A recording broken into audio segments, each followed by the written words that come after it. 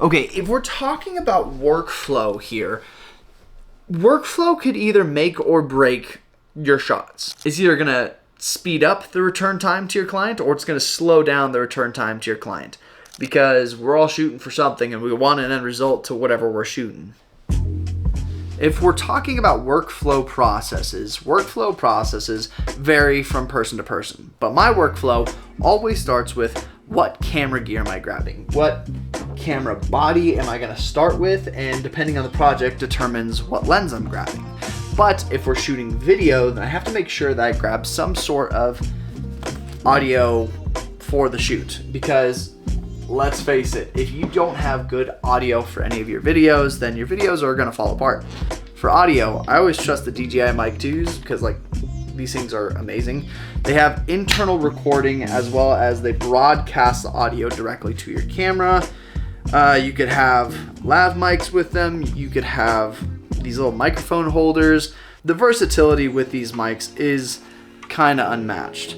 We also have these little tiny dead cats that you can put on top of the DJI Mic 2s too, just in case there's a whole lot of wind going on whatever you're shooting. Let's say there's a last minute booking and they didn't give me any idea on what I'm shooting.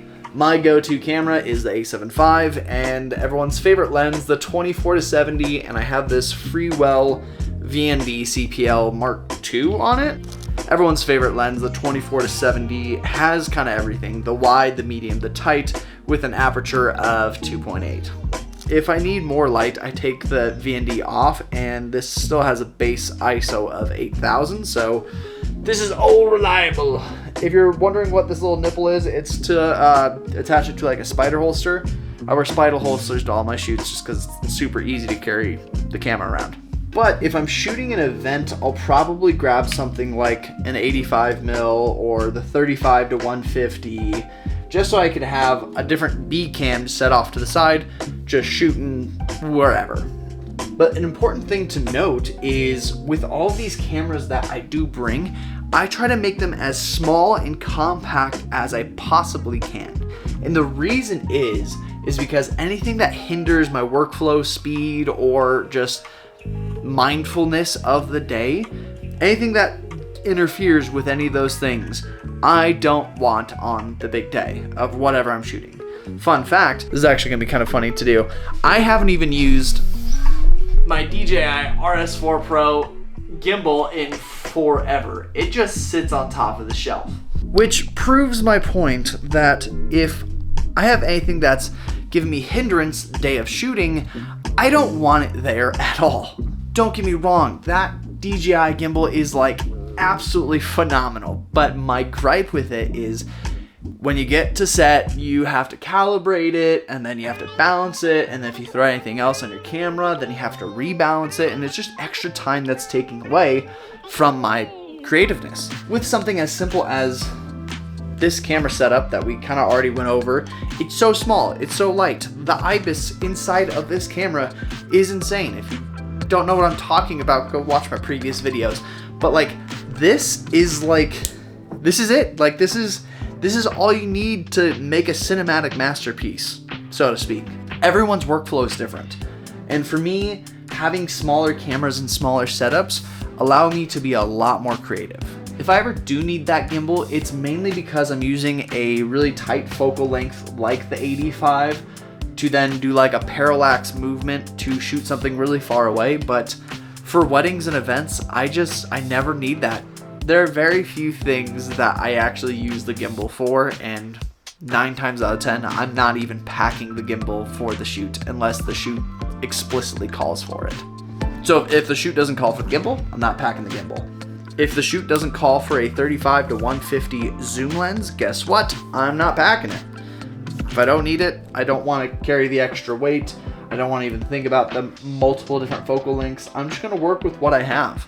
And that might seem kind of unprofessional, but I know what I'm going in to shoot, and I'm going to shoot and execute it. Now, the one exception to extra stuff that I bring is I bring a matte box to every single shoot, and the only reason is because it looks cool, it's super lightweight. That's a silly reason to bring a matte box with you to every shoot, but when the client sees a matte box, they think, wow, That's real cinematic. Now I have the Tilta Mirage matte box, which I think is kind of expensive for a matte box and the purpose that I use it for. However, you can put like filters inside of it. I just don't do it every time. I do it because it puts a square box on the front of my camera and it looks cool. I know exactly how silly that sounds, but clients love seeing a matte box. Don't know why. Now, the second I get home from a shoot, I back up my stuff, which means taking out the SD card and plugging it into my SD card reader and then into my computer. And from there, when all my files have transferred from my camera to my computer, I then back it up even more. And the way I do this is with a NAS system. Now, to put it simply, a NAS system is essentially like a server that is in your own home. So I have roughly 50 terabytes worth of just storage on this server. Now, this server can be accessed from any single computer in the entire world, so if I really need a file in a pinch, I could always just pull it off of my server. I actually have a shoot here in New Jersey pretty soon, in which I'm going to be away from my computer, but I am going to have my laptop. Now, my laptop obviously isn't as powerful as my computer. However, when it comes to editing on the go, I do trust SSDs.